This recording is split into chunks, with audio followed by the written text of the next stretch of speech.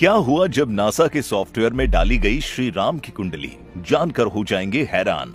दोस्तों, आजकल लोगों को विज्ञान पर इतना भरोसा हो गया है कि वो शास्त्रों में लिखी गई बातों को गलत मानते हैं।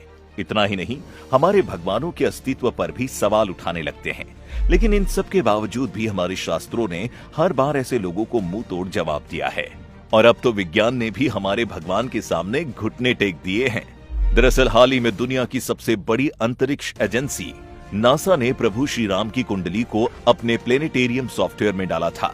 उसके बाद जो रिजल्ट उन्हें देखने को मिला, उसे देखकर नासा के साइंटिस्ट का भी दिमाग हिल गया। कहा जाता है कि उन्हें भगवान श्री राम की कुंडली में ग्रहों का कुछ ऐसा संयोग देखने को मिला जिसे न चाहते हुए उन्हें प्रभु राम के अस्तित्व को स्वीकार करना पड़ा और मानना पड़ा कि श्री राम का जन्म हुआ था। सॉफ्टवेयर से इस बात का खुलासा हो गया कि भगवान श्री राम का जन्म ईसा से भी 7000 साल पहले हुआ था, यानी जब पश्चिमी सभ्यता पैदा भी नहीं हुई थी। उससे कई साल पहले ही हमारे देश में तकनीकी और अन्य कलाओं का विकास हो चुका था। दरअसल खुद को सबसे बेहतरीन साबित करने की होड़ में पश्चिमी देश श्री राम को झुटलाया करते थे और इस षड्यंत्र में लगे रहते थे कि कैसे भारत के शास्त्र ग्रंथों और इतिहास को झूठा साबित किया जाए, जिससे दुनिया ये मानने पर मजबूर हो जाए कि सारी तकनीकों, कलाओं और सभ्यता के जन्मदाता पश्चिमी देश ही है। हालांकि वो अपनी इस साजिश में फेल हो गए, क्योंकि अब तो उनकी बनाई मशीनों ने सारी असलियत उनके सामने लाकर खड़ी कर दी है। आपको बता दें, पश्चिमी देशों ने हमारे ज्ञान को हमसे चुराकर उन्हें सिर्फ अपना नाम दिया है, क्योंकि जब पश्चिम में लोगों के दिमाग का विकास भी नहीं हो पाया था, तब हमारे देश के ऋषि मुनि मैथ्स और साइंस के बड़े बड़े सिद्धांत लिख चुके थे। भारत में सभ्यता हजारों साल पहले ही पूरी तरह से विकसित हो चुकी थी और अब तो ये बात दुनिया की सबसे बड़ी स्पेस एजेंसी ने भी मान ली है।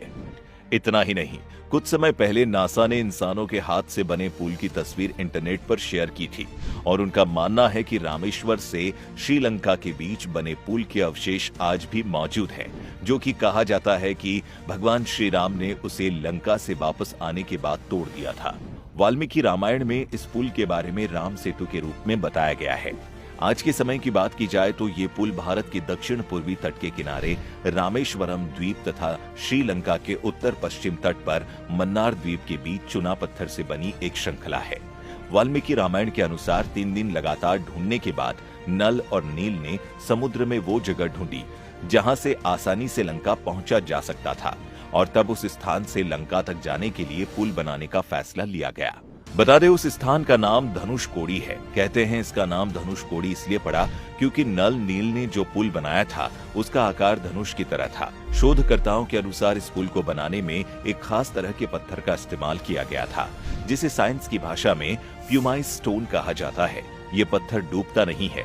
कहते हैं रामेश्वरम में आई सुनामी के समय समुद्र किनारे इस पत्थर को देखा गया था। वैसे इस तरह के पत्थर आज भी भारत के कई साधु संतों के पास मौजूद है। इसके अलावा श्रीलंका के इंटरनेशनल रामायण रिसर्च सेंटर और पर्यटन मंत्रालय ने एक साथ मिलकर रामायण से जुड़ी ऐसी 50 जगह ढूंढी है, जिनका पुरातात्विक और ऐतिहासिक महत्व होने के साथ साथ रामायण में भी जिक्र मिलता है। वाल्मीकि रामायण में समुद्र के पार जिस जगह लंका का उल्लेख किया गया है, ठीक उसी जगह श्रीलंका देश बसा हुआ है।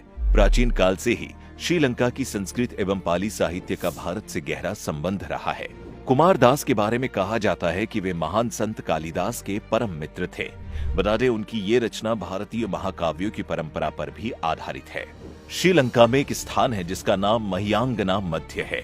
मान्यताओं के अनुसार यह लंकापति रावण का हवाई अड्डा था। कहते हैं जब रावण माता सीता का हरण करके उन्हें लंका लाया था तो उसने अपने पुष्पक विमान को यहीं पर उतारा था।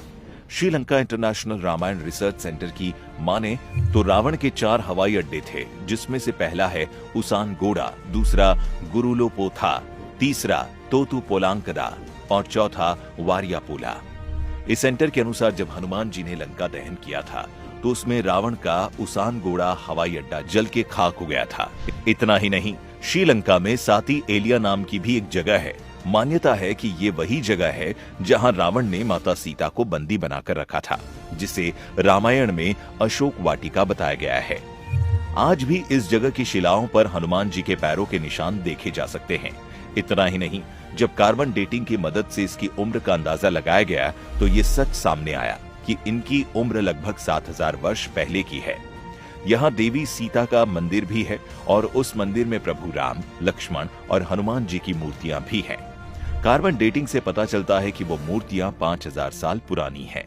जिस जगह पर यह मंदिर है वहां कभी विशाल वृक्ष हुआ करता था, जिसके नीचे माता सीता बैठी रहा करती थी। आपको ये वीडियो कैसी लगी हमें कमेंट करके जरूर बताएं और साथ ही ये वीडियो ज्यादा से ज्यादा लोगों के साथ शेयर करें, जिससे कोई भी हमारे प्रभु श्री राम, हमारी सभ्यता और संस्कृति के अस्तित्व पर सवाल न उठा सके।